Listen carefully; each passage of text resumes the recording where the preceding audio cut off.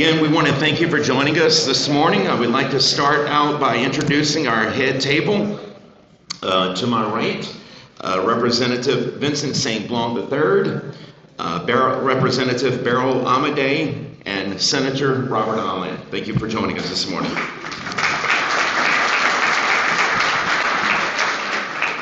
To my left, your right, myself, Chairman Brady Borrell, our President, Beth Chasson, and our Vice Chairman, Holden Murray. Thank you. At this time, I would like to thank the elected officials and special guests for taking time out of their busy schedules to attend this morning's breakfast. With U.S. Senator John Kennedy's office, Jake Benoit, Doug Sheremy, the Special Assistant to the Governor, of course, our representatives, Ms. Beryl Amedee and Vincent St. Blanc III, and Senator Robert Allen. Sheriff Gary Driscoll, Chief Deputy John Call with the St. Mary Parish Sheriff's Office, Clerk of Court Greg Oquin, Parish President Sam Jones, City Councilman with the City of New Iberia Ronald Davis, Parish Councilman Les Rolfe, and also Dr. Christy Prejean Rink. Morgan City Police Chief Chad Adams, Berwick Mayor Duval Arthur, Councilwoman Colleen Nicholas Askew, and Assistant Chief of Police J.P. Henry. Also with the City of Patterson, Holden Murray.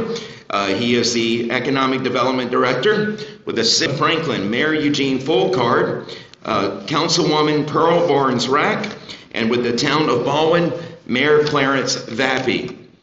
We have Baldwin Alderwoman Miss Margaret Kolar, and also I believe with the Town of Baldwin, Miss Juanita Clements. School Board member Dr. Tammy Wilson, and the Chitimacha Tribe Chairwoman Miss Melissa Darden. With Nicholls State University, we have the President, Dr. Jay Clune. And also, once again, Dr. Tammy Wilson, the Young Memorial Campus Director and St. Mary Parish School Board member. So let's give them a round of applause.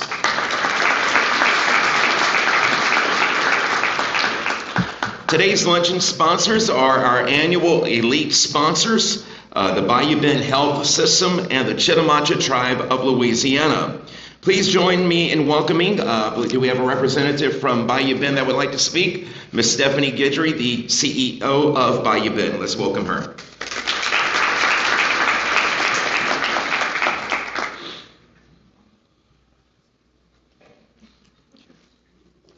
Good morning. Just a quick update on what's going on with Bayou Bend. We have had a lot of construction going on. It's crazy, the growth that is going on with this organization. If you didn't know, we are currently finishing up construction on the hospital, where we added 2 new operating rooms. We added onto the building, and we now have a new 1.5 magnet MRI. And we redesigned some spaces inside the hospital to make them more customer friendly. We're on phase 2 of the Wellness Center. You can see a lot of the construction equipment out here. We are adding a pickleball court, 8 pickleball courts or 2 tennis courts, and a 400-meter walking track and a pavilion. And that should be complete sometime in October. So we're really excited about all the growth. We're adding new services to the hospital, and we are just in a really good place for growth and taking care of our community. Thank you so much. Thank you, Stephanie. It's always great to hear the awesome developments here at Bayou Bend. Also, with the Chitimacha Tribe of Louisiana, Ms. Melissa Darden, the chairman, would you like to speak? Just give us an update.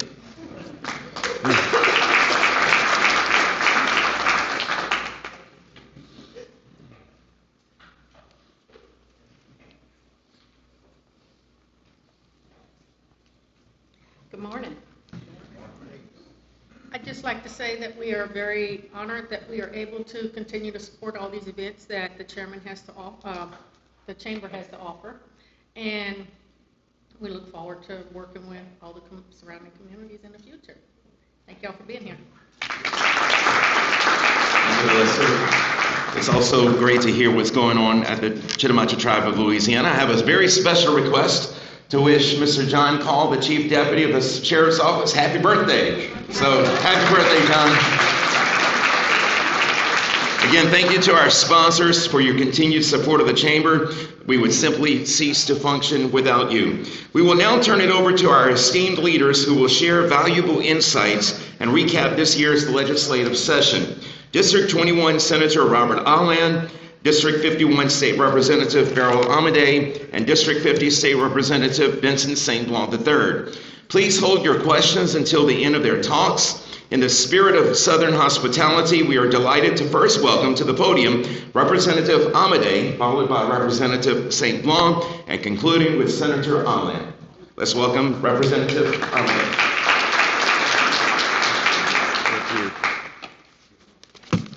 Good morning. Thank you to all the sponsors. It's a pleasure to be here, and sometimes I say that with a smirk because when I'm here, I'm not in Baton Rouge. So I'm really glad to be here and to be able to give you all an update, and I hope to stick to the allotted time. So let's see if I can cover all that. I have 3 folders full of information. Let's see if I can cover it before my timer goes off. So this year we had a fiscal-only session, which means that we're limited in the number of non-budget bills that we're allowed to bring. We're limited to 5 each. And even though it's a limited session, it does not disappoint. We carried a total of 696 House bills, 248 Senate bills, and when you add in all the resolutions and commendations and everything else, it came to 1,695. And that is very close to my pre-session estimate of 1,700. I was only 5 off. So this year, the main focus was on the budget, and we did pass a budget, as we always do, and by law it's required to be balanced. And I tell people that you might not like how it's balanced, but unlike Washington, it's balanced. So the governor came in and proposed a total state budget of $49.3 billion, and then the House made some changes to it. The budget, as the governor proposed it, included $93.5 million for the LA Gator program, and let me look, I'm going through some highlights here. $5.9 million in DCFS for overtime for frontline child welfare workers, and this should help us to not see so many of those terrible headlines we've seen over the past few years. The Appropriations Committee added $199.5 million for a teacher stipend because it was not included in the budget as it was originally proposed by the governor. Now, in order to do that, we had to reduce some other things. One thing we did was we removed $30 million in high-dosage tutoring, and we reduced personnel services by $20 million. The Senate restored those later.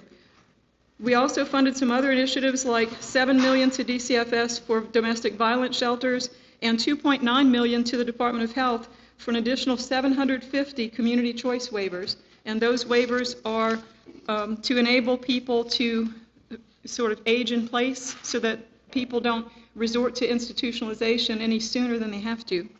On the Senate side, they reduced the LA Gator Scholarship Program to $50.8 million, but they restored $30 million to the high-dosage tutoring.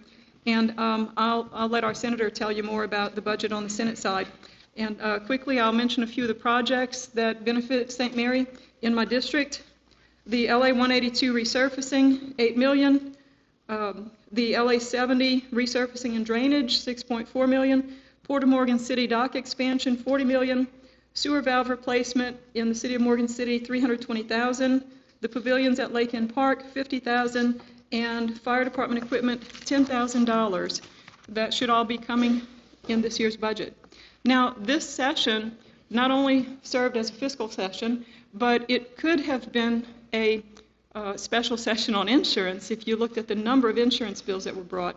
And so as far as property insurance, we increased and expanded income tax deductions and tax credits related to the fortified roof program. If you redo your roof and you follow the fortified roof guidelines, you may be eligible for these deductions and credits. We also increased the licensure fee collected by the Department of Insurance, and we allowed certain taxes and fees that are already collected to fund the Fortified Homes program.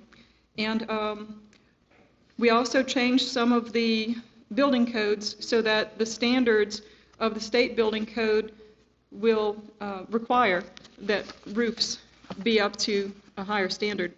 Now, most of the improvements that we need in property insurance are going to have to happen at the federal level. So if it sounds like we didn't do a lot for property insurance, this is actually a lot, but our hands are kind of tied on the big fixes.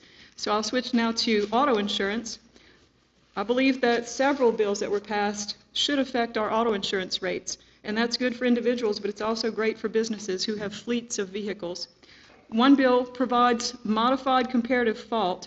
This means that if the person, the plaintiff, if they were 51% or more at fault in the accident, they recover nothing. This means you can't go out and cause an accident so that you can benefit yourself. That actually goes on. Another bill increased the no recovery threshold for uninsured drivers who are involved in accidents. Another bill prohibits unauthorized aliens from receiving general damages and past and future wages in lawsuits arising from car accidents. And another one eliminates a presumption that an illness, an injury, or condition was actually caused by an accident just because the plaintiff has no previous history. One more allows judges and juries to see evidence of both the billed and the paid amounts of the medical bills related to an accident. And one specifically for commercial, it provides a premium discount for commercial motor vehicles with dashboard cameras and telematic systems. And this is all to try and prevent the frivolous lawsuits and the accidents that are caused on purpose by unscrupulous people. And in the last minute, I'll let you know, one of the bills that I carried that was one of my favorites was one that protects churches. It protects our religious freedom. We already had the Religious Freedom Restoration Act, a state version, in place for years now. But the bill that I just got passed, it would further safeguard faith communities.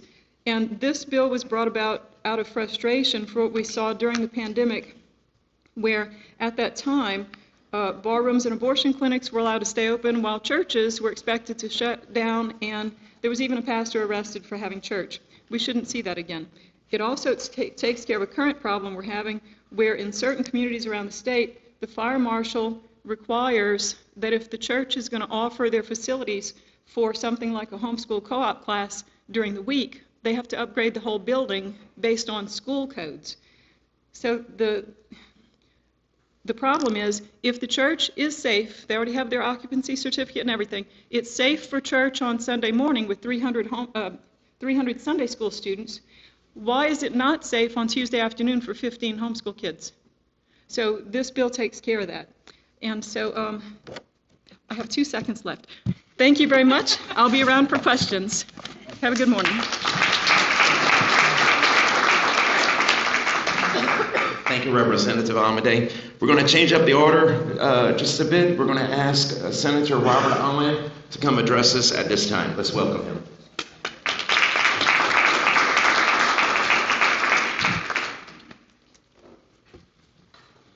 How's everybody doing today? You can hear me?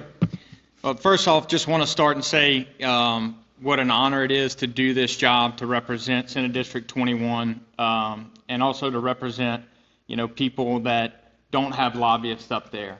To be that voice is very powerful, and I just want you to know how much that means to me. I want to thank the St. Mary Chamber, Beth, the board, not just for putting on this event, but they work year-round with volunteers to put on all these great events. So thank you to everything y'all do. Next, my job, I could not do my job without the experience and the hard work that Laura Meadows puts in. 29 years experience in the legislature. She makes me look good. So can we give her a round of applause? And certainly, last but certainly not least, I want to thank my colleagues sitting up here. It was a long session. By the end of it, everybody gets aggravated and is ready to go home and see their families. But we meet and discuss our regional issues and how we, need to vote on certain things that affect positively or negatively affect our areas. So I want to thank them for always being open to meeting anytime during session and accessible. So thank you guys. Let's talk funding secured. Now this is what we all put in. This is not roads, bridges, and these other DOTD budgets and all these big ticket items. This is just what we were able to secure. For St. Mary Parish, in cash and priority one, $9,355,610. And that includes funding for roads, bridges, drainage, sewer and water treatment, law enforcement, communication upgrades, body cam upgrades. And we put that in every municipality throughout the parish according to each one's priorities. And we spread it out evenly to where no one gets left out. Everybody is going to get their fair share of the budget. I feel that's the only fair way to do it. I secured funding for vital service organizations that help the citizens that are in the most need. We got funding for groups like Shea Hope, Center of Hope, ARC, and St. Mary Council on Aging. We secured $5.5 million for St. Mary Parish ports, so total cash secured $14,855,610. That was huge. This delegation did a lot more than any other delegation, but don't tell anybody that we got that much. My legislation, one bill I did was called the gypsum bill. Gypsum is a byproduct of plants that we have in our area, and it's actually, gypsum is one of the earliest forms of fertilizer. So you see those big piles of it, and before, you couldn't do anything with it. It was going to landfills, it was creating problems for the plants, and the farmers, we have a deficiency problem that gypsum helps. So what we did in this bill, and working with the Commissioner Strain, Commissioner of Agriculture, what my bill does is it allows these plants to get it tested. If it tests safe environmentally, if it meets all the standards of USDA, we put all kinds of environmental protections in it. If it meets all these standards, they can give it to the Department of Agriculture, and they will distribute it to farmers. So it's an environmentally friendly bill, it's an agriculture friendly bill, it's an industry friendly bill, and at the same time I put in there some legal protections from liability. So you can't sue the plant, you can't, corporate attorneys at those board levels are not going to look at this bill, and if it didn't have those protections, it was kind of a useless bill anyway. So we put protections in for the plant, the landowner, the farmer, to where they feel comfortable doing that. I have a, am I on time? You're good. How much time we got? I'm not even time. Okay. All right. I had a government efficiency bill that I wrote from scratch about 8 months ago.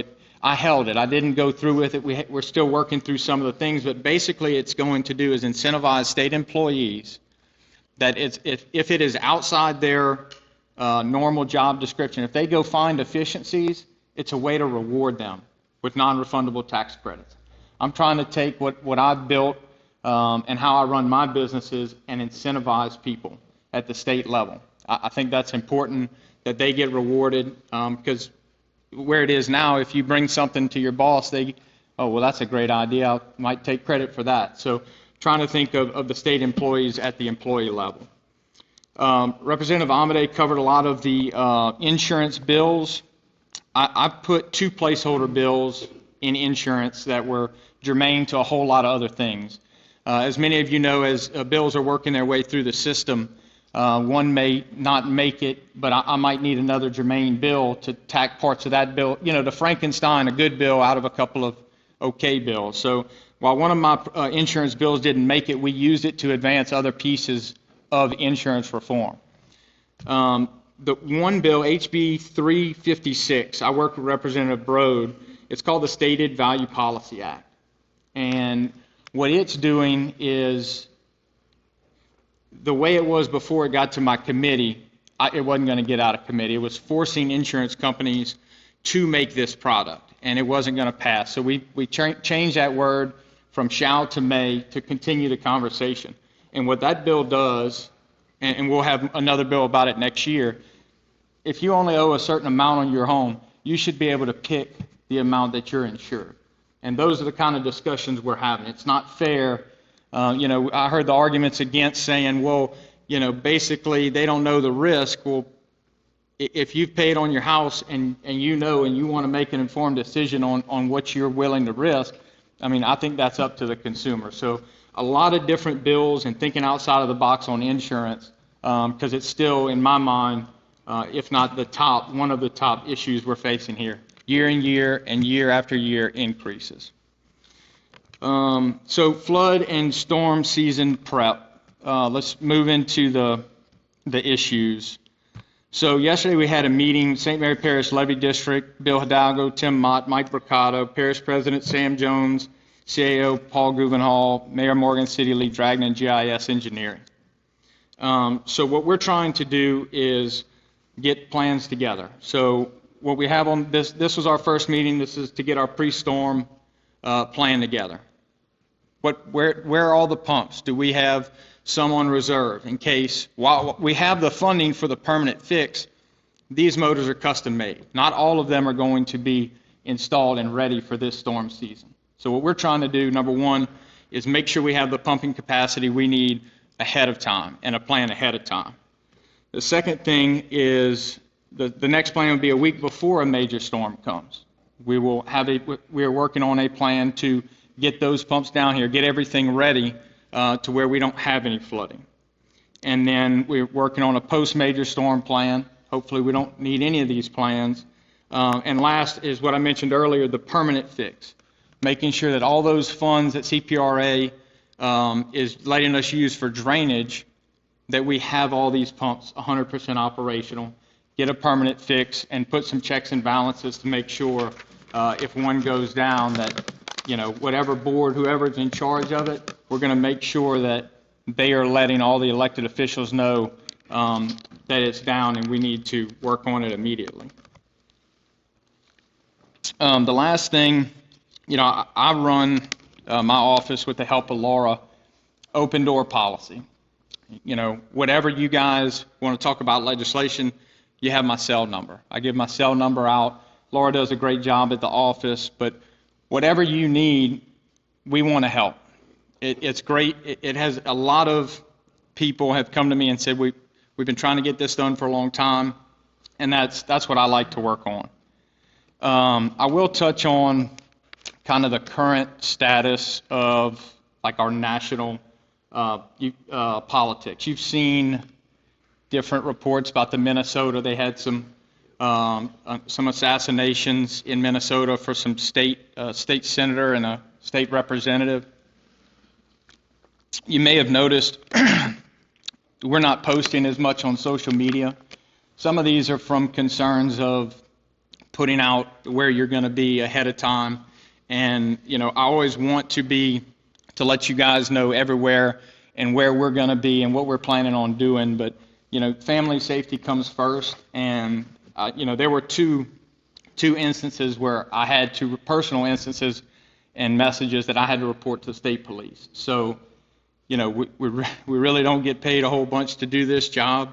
And we try to do it to the best of our ability. But if you see that, just think about before what you read online and what you post online. It's a different world we live in, but we will adjust to that and make sure that we have and maintain our open door policy.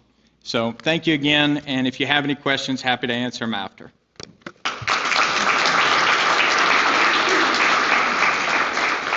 Thank you, Senator Allen. Now we will welcome State Representative Vincent St. Blanc III.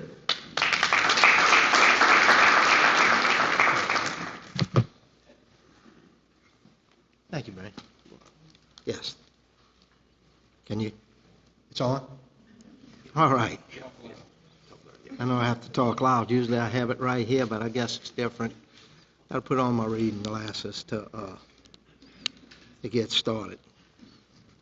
I'll be kind of brief too, try to be brief, but a lot what Senator Allen, Representative Berlamidi said, I won't go back into it. Good morning. I'd like to... Hold the mic close to your mouth. There you go. Right there. Good morning. I would like to thank the St. Mary Chamber for hosting legislative breakfast. I would also like to thank each of you for taking time on your busy day for attending. The 2025 fiscal session was brief but productive, allowing us to tackle a range of important issues affecting both our state and District 50. Significant progress was made in addressing a number of critical issues impacting both state and District 50, from budget priorities to policy reforms. This tight fiscal session demonstrated what can be accomplished. We have seen many corporations beginning to make Louisiana home for the strides we are making. I sit on 3 committees: Commerce, Education, and Agriculture. I sit on a committee, Commerce was very, very hard this session. There was a lot of attacks and trying to change the Public Service Commission, and I talked to quite a few people, and you know that's dear to my heart with my brother. For 30 years, we are be able to have the lowest electrical rates in the country. And they were trying to do some things, so it was a constant fight every time. And I sit on Education with Burl, and it's tough. Really is tough. Our committee meetings, every morning, I get up at 5 o'clock, and I leave to go to the Capitol at 5:30 to get there around 6:30, because I stay with my daughter. Those committee meetings start at 8 o'clock. We do not get up. We can only go back and forth. We got to listen. And they go to 2 o'clock. Every one of our committees in Commerce and Education went every week till 2 o'clock. Sometimes they feed us, but not much. You know, so it's really hard. I carried 5 bills this session. Pretty proud of what. I'll go over them because they were good and they really affected a lot of people. I carried HB 201. It expanded students' eligibility for participation in the READ Act. The READ Act was done 3 years ago, where we sent books home. They get 3 books to kids that were not reading good, and I had to do, it was brought by Lori Sagal, who is the chairman of Education Committee, and brought it, we had to codify some stuff. I know they always talk about me codifying, because when my first year I found out that when lawyers got up there and said we codified and it passed. So I always said I codified it, but it really did. So it had to go to appropriations, and appropriations said we've worked hard to keep $1 million because it's so successful. It came from Florida. It's doing well, and we have very good results because, you know, in early childhood education and reading, we went from last to maybe 4th or 5th in the country. So it was really a good one. I did HB 213, school boards, authorize a public school to sell and trade certain technology equipment. I ran this bill for Apple. Apple gave the chance. We got so many computers. We got so much. St. Mary Parish School Board, we have all these computers and stuff, and you know how it goes out. Well, they were just sitting there. Well, Apple now and other technology companies have the ability to, they'll buy them back and give them and refresh them or do whatever it is. It was a great act. It was a great bill. Really helped every school board in the state, and I enjoyed it because this meant so much to them. I only had a few things that the School Board Association came. We had a few amendments, but this was really something. And I want to thank Apple for asking me to run it and do what I had to do. And it was amazing working with Apple. You can't imagine how. I know I'm a little long, but just want to tell you that when you work with people like this, that when I met the guy, he came down, he had one computer. The night before we met and we started talking, and he explained the bill and exactly what it done. But the next day when we met at the office, and you always got, and when you run a bill, you got 2 or 3 lawyers, but with Apple, I only had him. And he sat there, and it was me and lobbyists that had Apple, that we sat there in his office, and Apple was there, and he was connected to 7 people in California. And as we talked on the bill, he never stopped typing. For an hour and 10 minutes, he looked up one time, and he said, "Rep, you're amazing." That was it. That was all, and they talked, and AI took and changed things that they needed, the amendments. It was really unbelievable how far and what I had the opportunity. I walked around one time, I looked at his computer, and it went blank. You can't even look at his computer. When he went to the bathroom, he brought his computer. And nobody can ever say, it's amazing how these tech companies, and I was proud that they chose me, and it really, really is going to help. HB 257 I brought, water sewer operations, provides relative receivership of water waste companies. Everybody has water problems. This was run, the Louisiana Public Service Commission came to me and asked me if I'd run this bill because they needed servitude. They needed ability to receivership of water. There's so many private water systems. We got the cities and all of them that have water. Everything is really, really hard. They took over, but they are private, where somebody owns a private water system, they just walk out.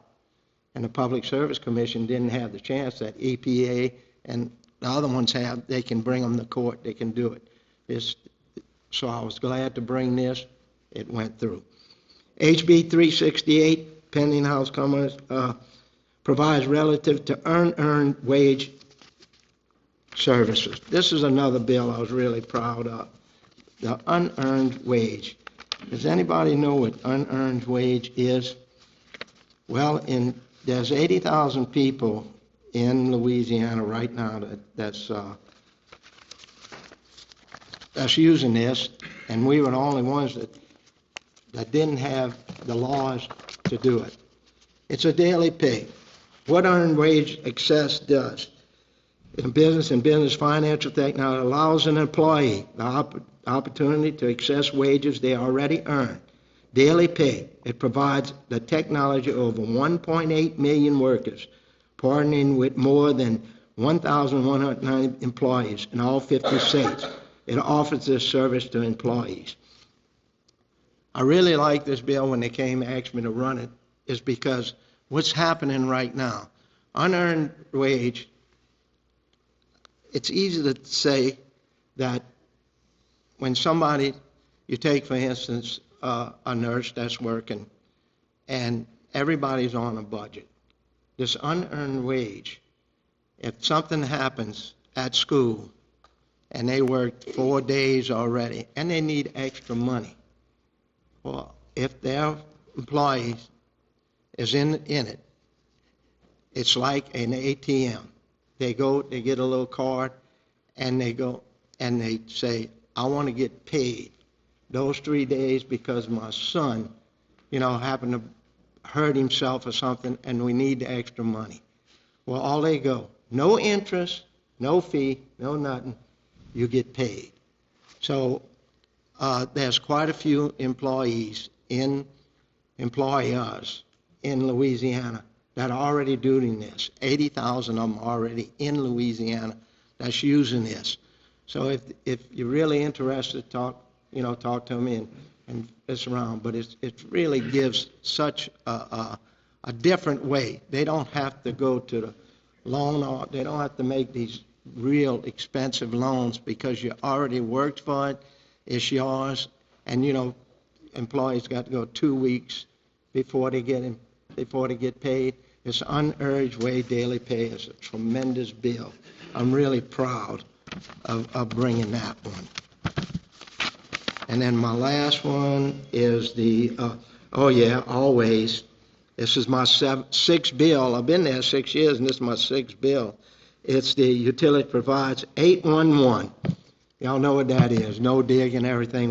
This is my sixth bill that I ran for 'em because I'm really involved in the no dig because I make their meetings and stuff. It's really, but we talk about broadband. We put so much broadband, and they digging, they tearing up things, and we had to kind of help them make laws. And we're trying right now to get all the businesses and all the cities and everything, trying to get them into 811. And we're going to try to get more money to try to help them, get into it. And it's a good bill. I've been running it every time. That's my 5 bills, and I'm really proud of what these 5 bills are doing. And I'd just like to tell you, committee in the House, committee on the floor, committee in the Senate, committee on the floor, signed by the governor, and I had no nays. So this is I'm really proud of what these bills I brought. Still got a little bit more time? Huh? Time up? Yes, sir. Okay, just a few little, just maybe another minute. I'll hold off. If I worked hard for my district, and I had some money that had to get. I got the city of Franklin for their sidewalks and stuff, $50,000. City of Morgan City, $50,000 renovation of the pavilion at Lake End Park. St. Mary Sheriff's Department, I got a Sycamore Point command trailer that I gave them $20,000. Town of Baldwin, I gave $20,000. They needed a generator. Town of Berwick, their meter replacement, I gave them $20,000. Bayou Vista Fire, I gave them $20,000.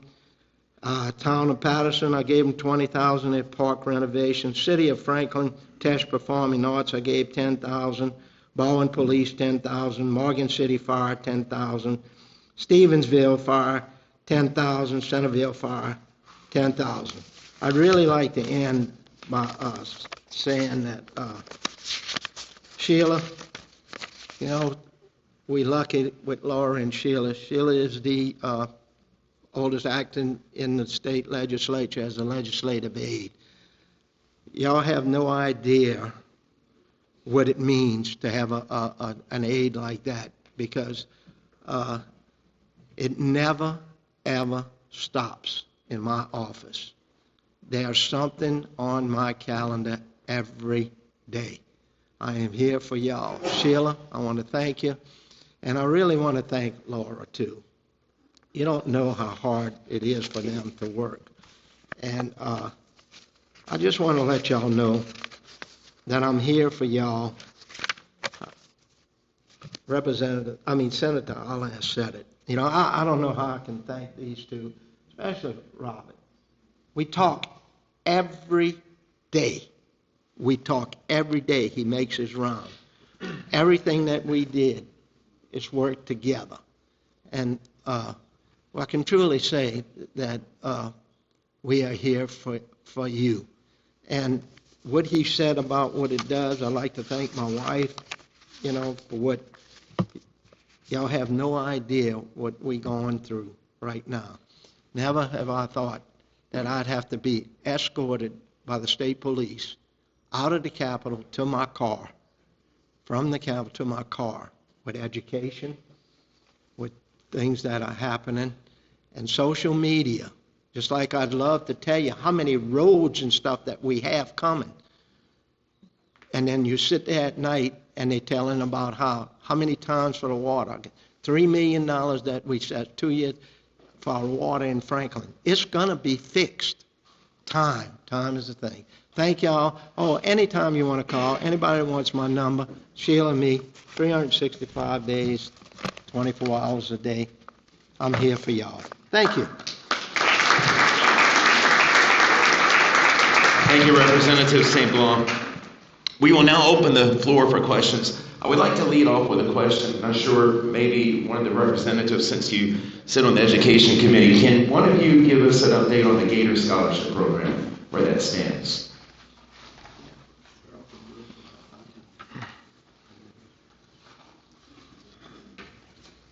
Thank you. And Representative St. Blanc can correct me if I don't have the details correct, because a lot of the changes were made in the closing days of the session. The Gator program originally was funded at $93 million for this year in the governor's budget, and it remained that way in the House. And once it got to the Senate, it was reduced to 43.9 million. And I believe that that will allow the Gator program for this coming school year to function, especially with the current voucher students. They were the first round of students who would qualify. I believe the bulk of the remaining money that they had requested had more to do with setting up the systems needed to handle all of the applicants and process everything. So I know that the Gator program will still function in the coming school year. It will start with the returning voucher students. I don't know if it'll expand much farther than that. And honestly, I'm not sure if it was supposed to, because it was a phase-in program, and the intent always was to begin with the existing voucher students. So I expect that in the following school year and the one after that, it will expand more as more funding is available. Anyone else? Okay. Anyone else have questions? Dr. King? I just want to thank our delegation. We put Nichols in a position where we're not struggling. We've now regrown our enrollment. We've struggled for a few years with hurricanes and all the other crises, and this delegation has been rock solid. 2 back-to-back wonderful years. Thank you.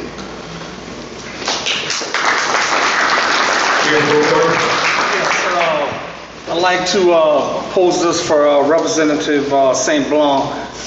Could you elaborate or speak about the House Bill 381 Act 189, which specifically deals with the match waiver for municipalities that are under now 9,500 or less with population? It had been 6,000, and we were at 6,226. So we were not granted the waiver. So the 25% match really hurts small municipalities as we struggle to cover those match dollars. So thank you. Thank you, Mayor. You remember we started this 2 years ago, and you asked me to look into it because we were 200, 300 people short, and what it meant to municipalities that didn't make the criteria of the amount. I worked for 2 years on it, worked with it, finally passed, we moved it down, and now the city of Franklin and some other ones too, that what Baldwin was already had the ability. Now we can give capital outlay, and plus we can give grants and stuff that they don't have to worry about the match. So this means it's a whole new game. It's a game changer, and I just worked hard to do it, and it was something that I was proud of. And last night when I went, I had to go talk to Tiger about some stuff, and went to the meeting, and I'm sitting in there, and then they announcing it, and I felt like jumping up and screaming that we finally there. So you're going to see some unbelievable improvement. Y'all not going to believe what we got coming to Franklin. So. And the St. Mary Parish. So that's what that's what I'm here for. I'm just glad that I have a person like Rob and stuff that we work together, and we have the ability through our experience and stuff that we can get things done. Just got to get them to me. Takes a little while, 2 years, but it's done. Any other questions? Yes, Matt. Real quick, I want to thank the panel, President from the Port of Morgan City, Benny, Beryl, Robert. Thank y'all once again for the support this year for the Port of Morgan City. We'll be creating lots of jobs. Those jobs will be happening real soon. But thank y'all once again for the funding we've received.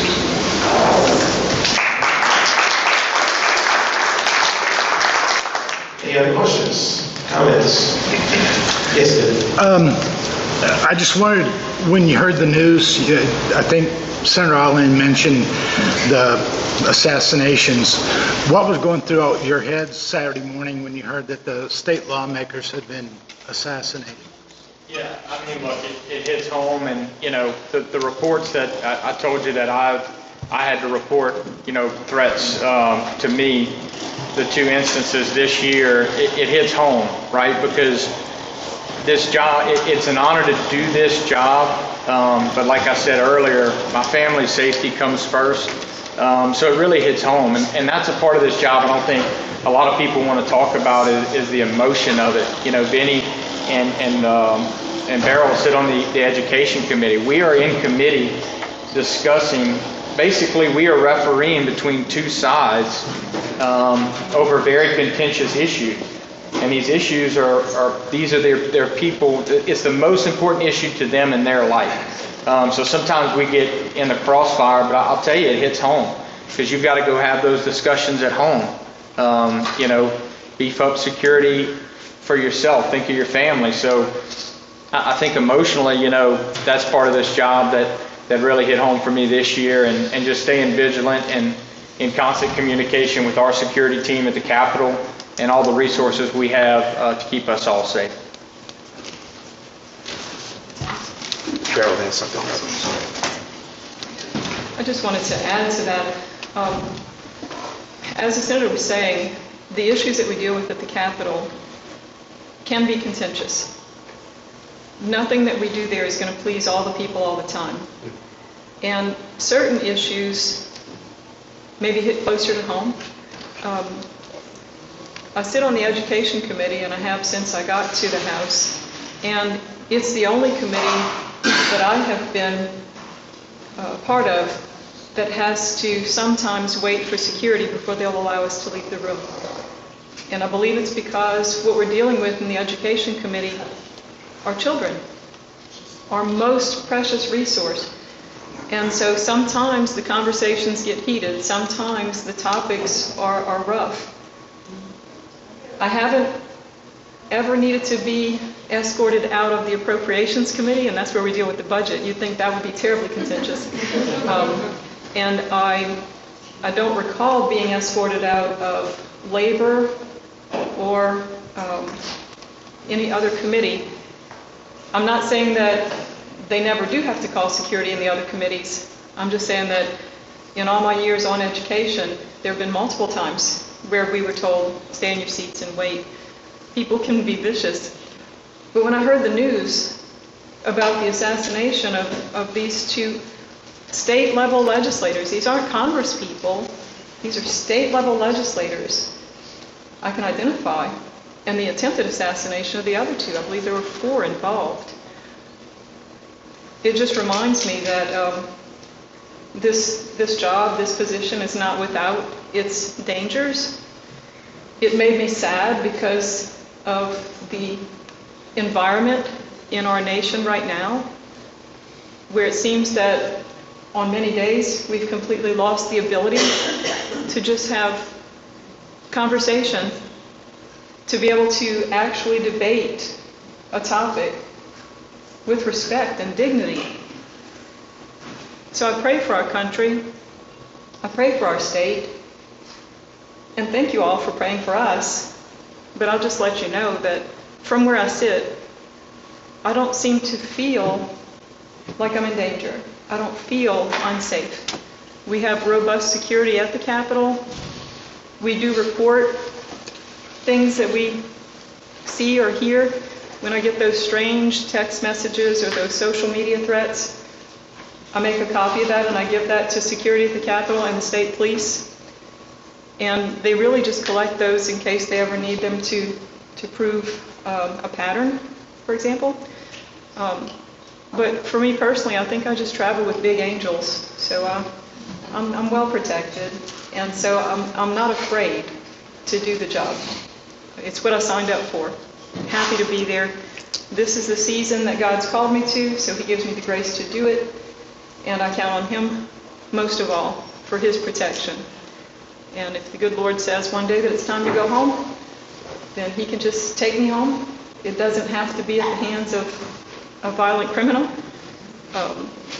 And so that's what I expect.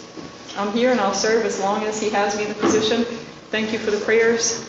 I'm not afraid. I try and stay vigilant.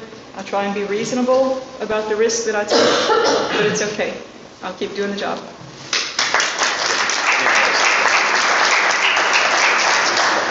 Yeah.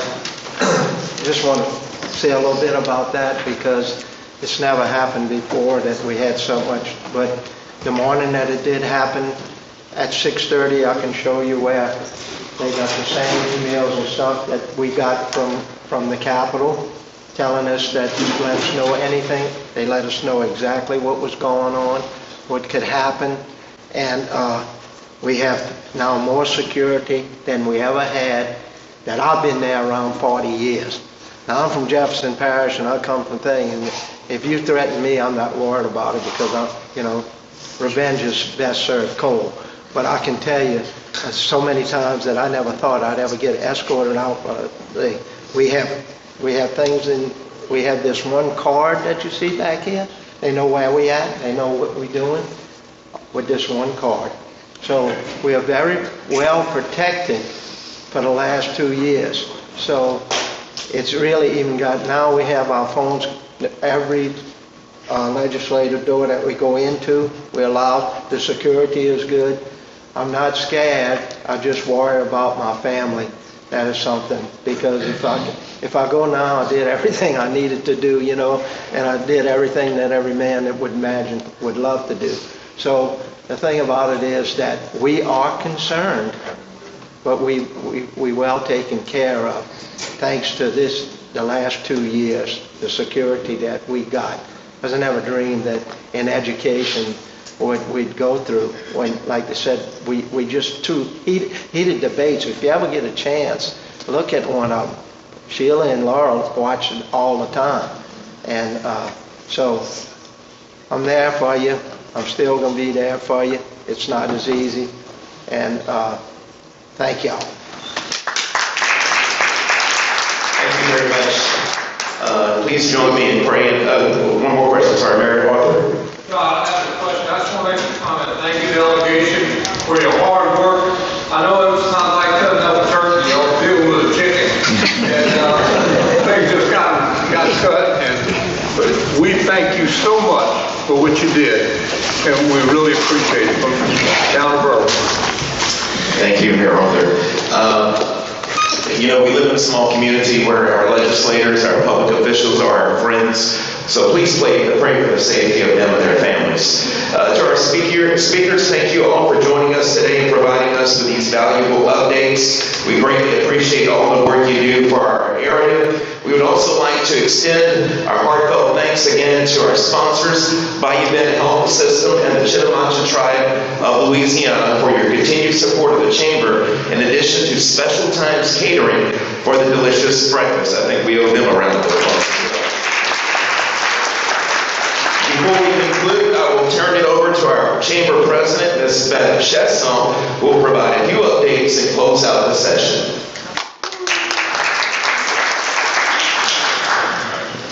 Of course, thank you all for taking your time to be with us today. Thank you to our speakers today, and also thank you for welcoming our leadership class when they came to the Capitol and visit you guys. I appreciate that very much.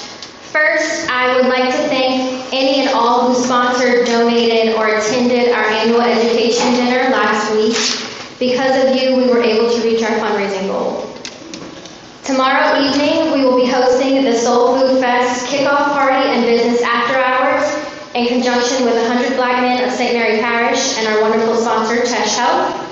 Please join us from 5:30 to 7:30 here in Franklin at the Tesh Theater for a vibrant celebration of community, culture, and coming together.